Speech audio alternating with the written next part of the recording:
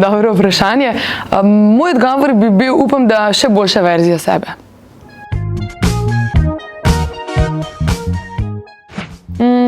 Jaz mislim, da iz te potrebe, da razumem stvari in bolj, ko raziskujem, bolj ugotavljam, da je še ogromno stvari, ki jih ne poznam in ne razumem, in to v bistvu še dodatno potem napaja to mojo radovednost.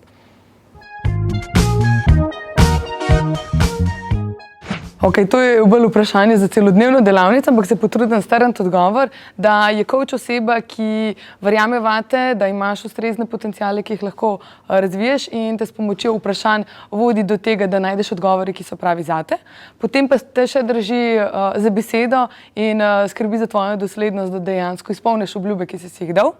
Mentor je po drugi strani oseba, ki ima več izkušenj na nekem področju in ti dejansko sugerira rešitve ali pa ti konkretno pove, kako naj bi se določene postopke, modele izvajali.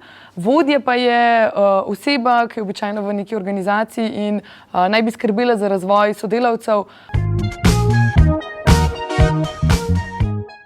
Ja, moj odgovor bi bil vedno. Zakaj? Zaradi tega, ker je vedno ob sebi super imeti eno osebo, ki verjame vate, ki te spodbuja, da delaš sprotne refleksije, da si postavljaš jasne cilje, tudi konkretne akcijske načrte in da se jih potem tudi držiš. One thing at a time, ker multitasking je eden od glavnih distraktorjev produktivnosti, tako da ko se sfokusiramo, da res naredimo tisto stvar do konca.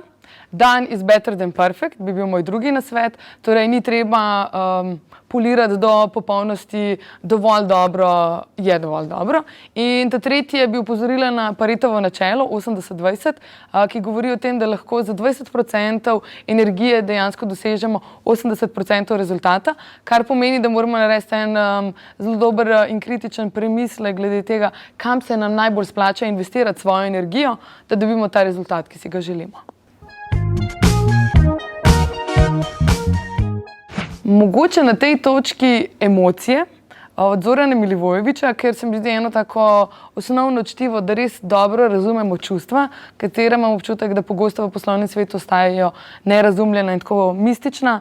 Ko pa enkrat prebereš knjigo, pa se spoznaš z modelom krožne emocionalne reakcije, ti pa veliko stvari postane jasno, pa tudi razumevanje čustev, kot so jeza, sram, krivda, strah, ponos, spoštovanje, so ene take res bazične stvari, ki jih priporočam vsakemu mlademu profesionalcu, kot tudi bolj zrelim strokovnjakom.